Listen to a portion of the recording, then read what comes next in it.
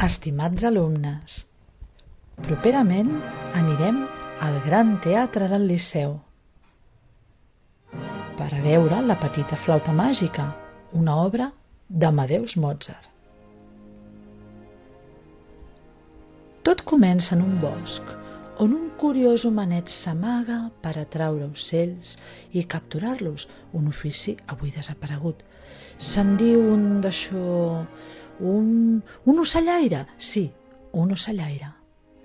Us presento en Papageno, el nostre ocellaire, amic i confident en aquesta història. És un home senzill a qui li agrada molt passejar pel bosc, cantar, menjar, però de vegades s'entristeix perquè vol trobar una papagena. El nostre segon personatge és tot un príncep, però sembla una mica perdut en aquest bosc misteriós. De sobte, una fera enorme apareix i el deixa estès, inconscient a terra. La bèstia està a punt de fer-li mal quan de sobte, pam! Cau estès als peus del príncep Tamino. Un tercer i terrible personatge ha aparegut en escena. És la reina de la nit, la terrible, poderosa i màgica reina de la nit. Aquest personatge té moltíssims poders, però n'hi ha un que anhela més que tots els que ja té.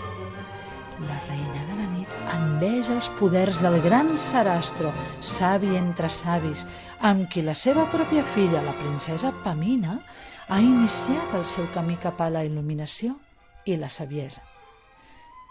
Però la reina de la nit, per aconseguir els seus propòsits, és capaç de tot, fins i tot d'enganyar un pobre príncep perquè faci que Pamina s'oblidi d'entrar al regne de Sarastro. El príncep Tamino s'enamora a l'instant al veure el rostre de la princesa Pamina i decideix, enganyat, ajudar la reina de la nit.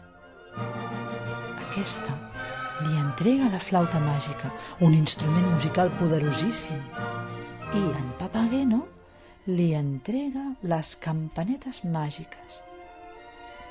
La missió de tots dos és trobar Pamina enmig del bosc abans no ho facin els soldats de Sarastro. Però qui la trobarà primer? Created using Powtoon.